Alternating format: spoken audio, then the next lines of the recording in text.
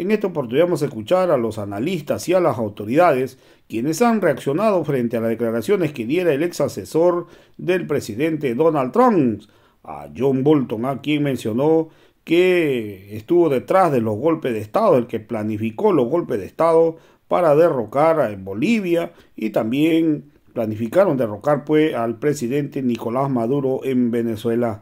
Entonces hoy lo han dicho claramente después que derrocaron pues a Evo Morales en Bolivia, no supieron enfrentar las cosas de ahí en adelante, porque la meta que tenía era pues desaparecer las siglas del MAS y PSP para que no volviera al escenario político.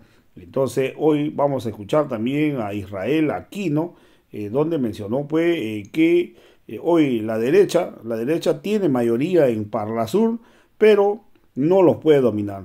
Entonces hoy la verdad que las cosas están cambiando. El triunfo de Petro y lógicamente el triunfo de Lula en Brasil va a cambiar el sistema del eje político en Latinoamérica.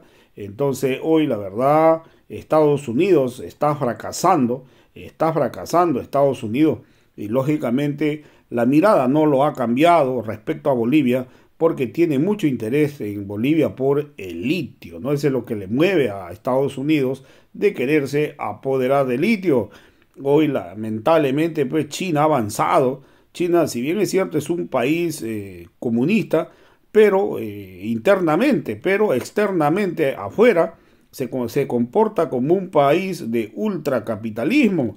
Entonces vamos a escuchar pasajes pues del análisis que hace a este caso el periodista Julio Peñalosa. Habían podido autogobernarse, que habían podido tener capacidad para armar agendas propias y que eso no está para nada relacionado con el comunismo tal como se lo entendía durante la Guerra Fría, que era, digamos, el gran pretexto mundial para que los Estados Unidos actuaran en nombre de la libertad en el lugar, en el país, en el territorio que se les viniera en gana.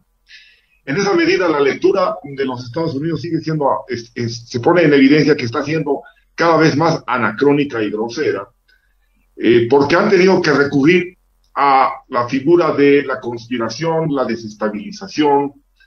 Primero aquí en Bolivia, el intento del golpe cívico prefectural, y después con relativo éxito, por lo menos en la primera parte, en 2019.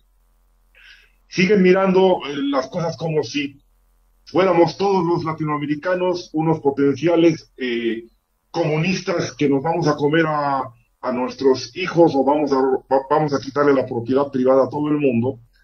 Y se ha demostrado que la realidad nacional popular de nuestros países desde el punto de vista progresista está muy por fuera de lo que se entendió por comunismo en los años 70, la cortina de hierro, la propia Cuba de Fidel Castro en sus inicios revolucionarios. Y ahí cometen errores además, porque se meten con los golpes de Estado, pero lo hacen muy mal. Y la demostración más reciente de ello es que se inventan un presidente encargado en Venezuela que se llama Juan Guaidó, para hacerle la paralela, desestabilizar y en lo posible derrocar a Nicolás Maduro.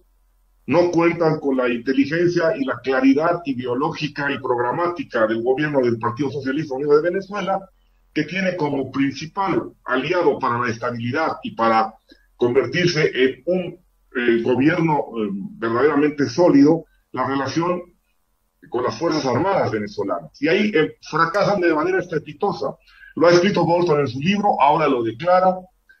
Hay que trabajar mucho para hacer golpes de Estado y en lo posible exitosos, y el caso de Venezuela es la demostración más patética de que ya no saben hacer golpes de Estado como los hacían en los 70. Han fracasado estrepitosamente con el golpe de Estado en Venezuela, pero también han fracasado en Bolivia, porque en Bolivia el derrocamiento funcionó bien, digamos, entre el 10 y el 20 de noviembre de 2019, pero eso tenía que haber sido consolidado con una administración político-institucional que diera lugar a borrar del firmamento electoral al movimiento al socialismo, es decir, hacer desaparecer la sigla del MAS, que yo creo que era el objetivo central del golpe de Estado, para que Evo Morales, el MAS y las organizaciones sociales nunca más volvieran al poder en Bolivia. Y en esa medida fracasa porque aquí también, con Guaidó en Venezuela, digamos, los cipayos criollos bolivianos que trabajan en coordinación con la Embajada Americana, con la Embajada de la Unión Europea, con Gran Bretaña, con Brasil, no hacen las tareas o las hacen verdaderamente mal.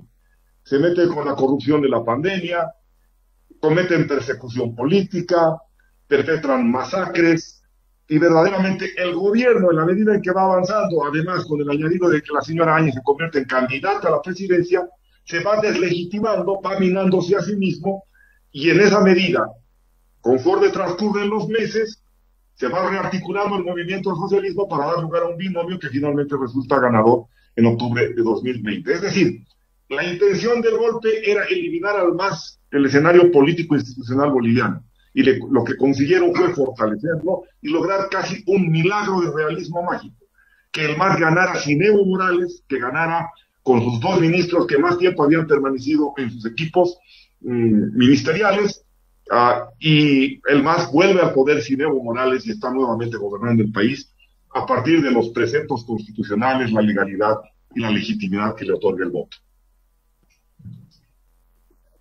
Yo voy a ir con Israel Quino, si tiene algún comentario y una consulta para nuestros invitados, Israel. Gracias, Ramiro. Principalmente una consulta a cada uno de nuestros invitados. Bienvenidos, diputado Mendoza, también a Julio Peñalosa, un gran periodista. Semanalmente nos comparte sus publicaciones en el periódico La Razón y enriquece, por supuesto, nuestros debates. Al diputado Mendoza, el representante supraestatal, ¿cómo se ve en el contexto internacional esta línea que, a partir de esta develación que hace este consejero de seguridad del gobierno de Trump, esta tendencia, si continúa una política de pronto en el escenario internacional, en razón de estas dinámicas ya incisivas, ya develadas, que no son un secreto, de golpear, ¿no?, de desestabilizar estos gobiernos progresistas de izquierda, y cómo se representa a partir de este cargo, ¿no?, del que usted representa, que es muy particular a partir de nuestra Constitución, la representación supraestatal en parlamentos, en escenarios legislativos internacionales. ¿Cómo se ve esta línea, esta tendencia americana? Y en razón de Julio, viene y se avisora un proceso eleccionario en el Brasil, ¿no? Hay que recordar que Jair Bolsonaro también tiene esa línea de tendencia que por supuesto la compartes en tu artículo, pero también en el contexto ya en la región va a ser seguramente una plaza muy importante por la cual o incidir o continuar con esas formas. Y finalmente, para los dos, ¿qué piensan? Porque cuando lo decide, se planifica esto en el Departamento de Estado, hay gente, lamentablemente, no conciudadanos que materializan estos golpes. Ha ocurrido aquí en el año 2019. Esos altos mandos, ¿no? En el caso de 2019, uno de ellos, que entiendo que está en los Estados Unidos, pero se genera aparentemente un manto de inmunidad, ¿no? O sea, nadie los puede tocar a esos mandos medios, ¿no? No estoy hablando de los mandos altos, a esos mandos medios que materializan, que posibilitan esos golpes de Estado, esos jefes militares de unidades intermedias, de mandos medios, que son quienes materializan los hechos, en el caso boliviano, las masacres. Entonces, ese par de apreciaciones a los dos, por favor. Bien, Adolfo. Adolfo, por favor. Le cedo la palabra a Adolfo. Bueno, hay varias cosas ahí que tocar, pero nuevamente quiero referirme un poquito al contexto. Luego de la pandemia y de la crisis del unilateralismo, de la unipolaridad, se abre en el mundo entero la posibilidad de generar una discusión para la reforma estructural de los estados a nivel global. La propuesta de Estado plurinacional no es una, por ejemplo, propuesta que tenga que ver con el cambio de gobierno. Es la necesidad de construir una nueva estatalidad. Esto está en juego en Bolivia y está en juego en muchas partes del mundo. Ahí se han combinado varios elementos mediante los cuales podemos encontrar que existen tres tendencias para la reestructuración de la tipología estatal a nivel mundial. Por un lado está lo subalterno, que propone, en el caso latinoamericano y en varias otras partes del mundo, Nepal, Sudáfrica, etcétera, la matriz civilizatoria distinta que se combina con la propuesta de construir un Estado plurinacional. Es decir, pensar nuevos términos de la soberanía, pensar lo nacional popular más allá de las fronteras de los estados-nación construidos durante el republicanismo colonialista en nuestros países. Y frente a esta impronta que viene desde el hemisferio sur, aparecen dos diseños de reestructuración estatal a nivel global. Insisto, en el marco de la crisis de la pandemia y de la crisis del unipolarismo. Una primera tendencia es la de construir estados gendarme. Estados Unidos y el imperio están tratando por todos los medios de unir la expansión de la OTAN con la conformación de estados que actúen como auténticos entes policiales de avanzada del imperio sobre las fronteras de lo que ellos consideran sus enemigos en el marco de la apertura de la multipolaridad. Pero no solamente es esta tipología de los estados gendarme la que se está propiciando a nivel mundial. También está la necesidad, en algunos casos, de reivindicar los viejos estados de bienestar, pero con un componente adicional, que sean tutelados. Hay muchos intentos a nivel internacional para acotar los alcances de los estados de bienestar y ponerlos como auténticos estados tutelados. Por eso hacía referencia a la realidad europea en este momento. ¿Cómo se combina todo esto con las múltiples estrategias de los golpes de Estado? Los golpes de Estado ya no solamente son los golpes militares duros del pasado, de la década de los 70. Los golpes militares, segunda ola progresista, que nos permitiría articular entre nuestros países una suerte de tarea conjunta para plantarnos sólidos en bloque frente a los Estados Unidos, que quieren mirar a América Latina, insisto, fundamentalmente Sudamérica, con los ojos de la doctrina de la seguridad nacional, con los ojos del Plan Cóndor, con los ojos del anticomunismo como gran argumento pretexto para controlarlos y precisamente para consolidar esos estados gendarmes que en su momento tuvieron un éxito contundente y que pasaron por dictaduras militares. Creo que el triunfo de Petro más el triunfo de Lula da Silva nos darían un panorama verdaderamente nuevo en América del Sur, porque sería la primera vez que tenemos una Colombia progresista con una agenda soberana, una agenda pensada a partir de las necesidades de los colectivos mayoritarios colombianos. Y el señor Biden debería hacer con nosotros lo que ha hecho con Andrés Manuel López Obrador hace unos días. Se ha reunido con él y han establecido una agenda de 5 puntos. López Obrador tiene una posición político-ideológica que va a contracorriente de demócratas y republicanos norteamericanos, es bien sabido.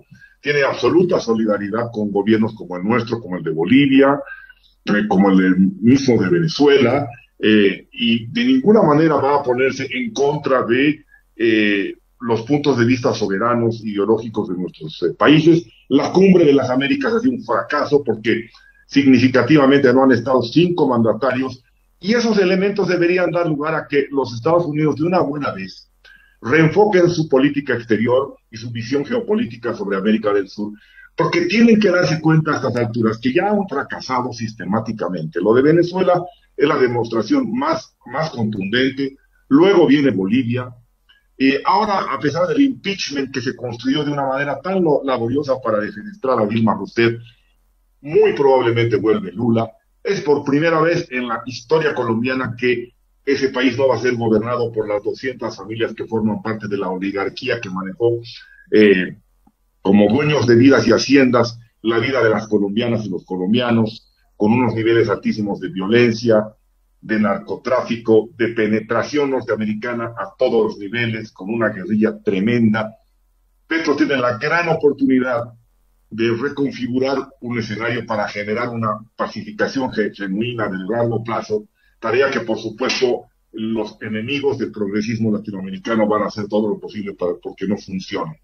Pero creo que en términos generales estamos en una capacidad como nunca antes se ha visto en nuestra historia, y más todavía en nuestra historia reciente, de plantarnos muy sólidos, muy fuertes frente al imperio, que, como bien ha dicho Evo Morales al diario Página 12, ya no controla América Latina.